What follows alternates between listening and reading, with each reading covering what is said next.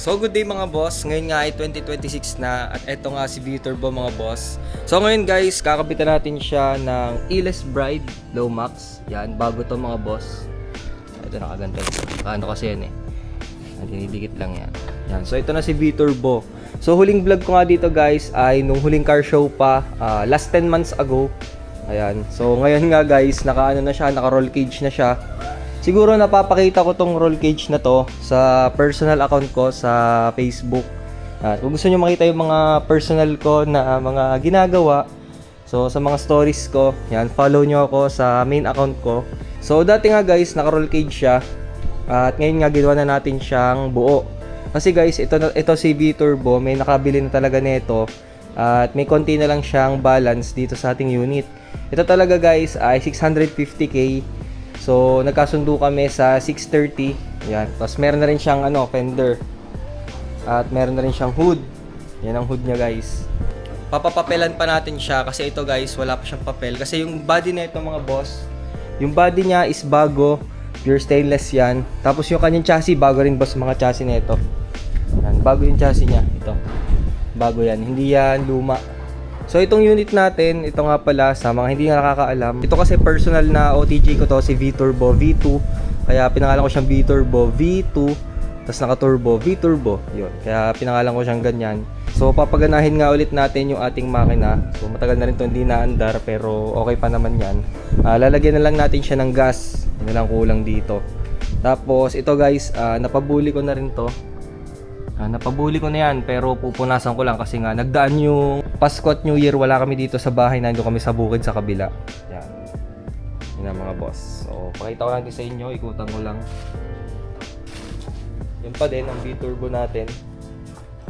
So yun, nakita nyo ikakabit natin yung upuan. Eles Bride Low Max, napakaganda na ito mga boss. At malasa-lasa rin yung presyo na ito kahit hindi siya original. Yan. Ito pa pala ilaw pa. Tapos side mirrors. Nakakabitan natin siya. Yung kakabit nating side mirrors dito is yung na pang kotse na. Hindi na yung maliit na pang F1 kasi maliit kasi wala makita. Yan guys. So nakakabit na yung ating driver seat. Ayan. So tutornilyohan na lang. At ito nga pala guys yung ating Takata na seat belt. Yan, bago rin to. Color black na lang yung ginamit natin dito kasi bagay naman siya sa red. So mamaya natin ito ikakabit kapag nakakabit na rin yung passenger seat.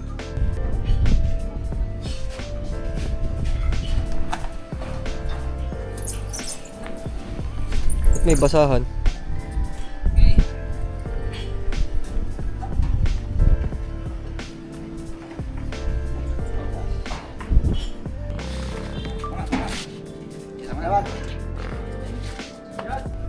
So guys, tapos natin ikabit ang ating upuan. Yun na. So ito na yung ating seat belt. Yan, kakabit na natin. So yun pa yung isa. Yan. Tapos yan. Nakabit na ng daddy ang intercooler. Intercooler. Tapos papaganahin na ulit natin siya. Tapos si Kuya Chito, yan. Happy New Year! Happy New Year! Kulay pula.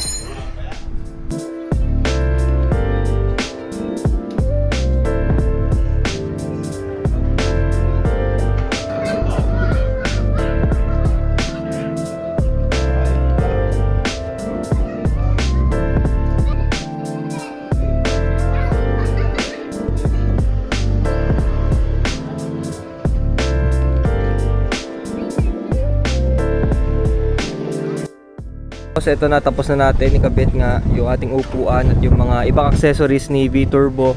So ang pinakakulang na nga lang dito mga boss ay itong ating acrylic glass. Yan, yung sa ating hood at dito nga. So yan, ito nyo. Sobrang nakaka lang talaga. Dati siyang naka pang racing tapos ngayon talagang pang daily na talaga siya. Ayan, V-Turbo. So last week nga natin siya, pina-rebuff natin. Kaya medyo makintab na ulit siya ngayon.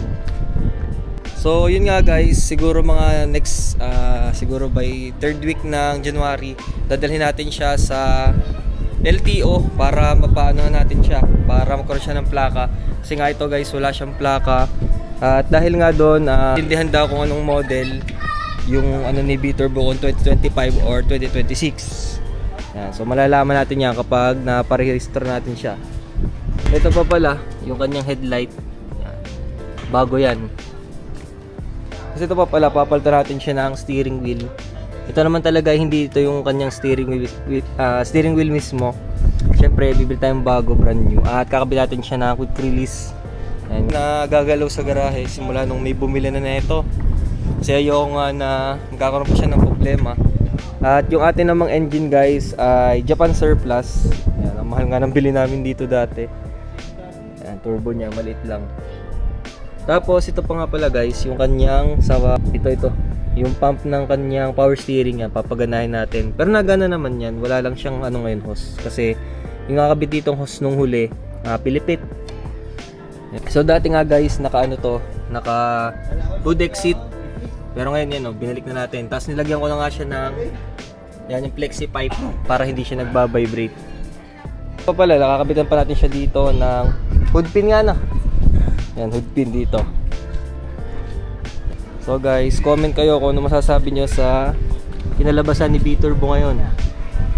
Ayun yung itsura.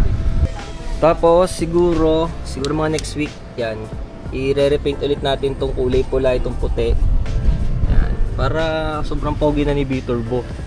Pala, harap. Yan, Tito Edwin. Hello! Yan. Naka-jeep. Naka-jeep pa ang damit. Hawak ko sa yung Ano owner sabi? ko. Papahawa ko sa'yo. Wait lang! Huwag mo hawakan, Kuya Chris! Si ano muna? Gusto ko babae nga ako. Ay siya, bawal yun. Bawal ka yan. Yan, mapahawak ko sa kanya owner. Yan. Ay, matalim yan. Ano gari? Huwag mo na nga hawakan ng upuan at bagong upuan. Hindi mo, ipahawak naman. Pare po ang hindi. Yan. Ganda pala kapag walang pula yung sa Team Garute. Yan o. Pipicturean kita. Yan. Okay na, yan. Panood ka na ngayon eh. Oo. Yan, okay. 1, 2, 3. Okay, oh. 1, 2, 3. Ayan. O yan. Ito ay hindi pa tapos. Kaya sabi na Tito, bakit daw lapat na lapat? Ito kasi guys, wala pa siyang shock. Ayan dito. May butas pa yan para sa shock natin. Ito pa nga pala mga boss, yung ating taillights. Yan, bago rin to. Ayan, LED yan. So, ipapaano pa natin siya. Ipapawiringan pa natin bago natin to i-deliver. So, ito nga pala guys, dapat papaganahin namin ngayon kaso hindi siya gumana. Siguro na-stuck na yung sa kanyang fuel pump ni V-Turbo. At ang gagawin natin, papacheck natin siya sa mag-electrical. At papacheck natin nga guys yung kanyang fuel pump. So ibababa natin yung kanyang tangke para ma-check nga natin. Naglaman pa naman kami dito kanina ng bale 20 liters na yung nakalagay dyan. So i-anoit natin yung kanyang buong gas na nailagay. So yun. So yun mga boss, dito matatapusin ang ating update kay V-Turbo. So next vlog natin tatakbo na to. So yun lang mga boss, thank you for watching at huwag niyo kalimutan mag-comment. Peace out.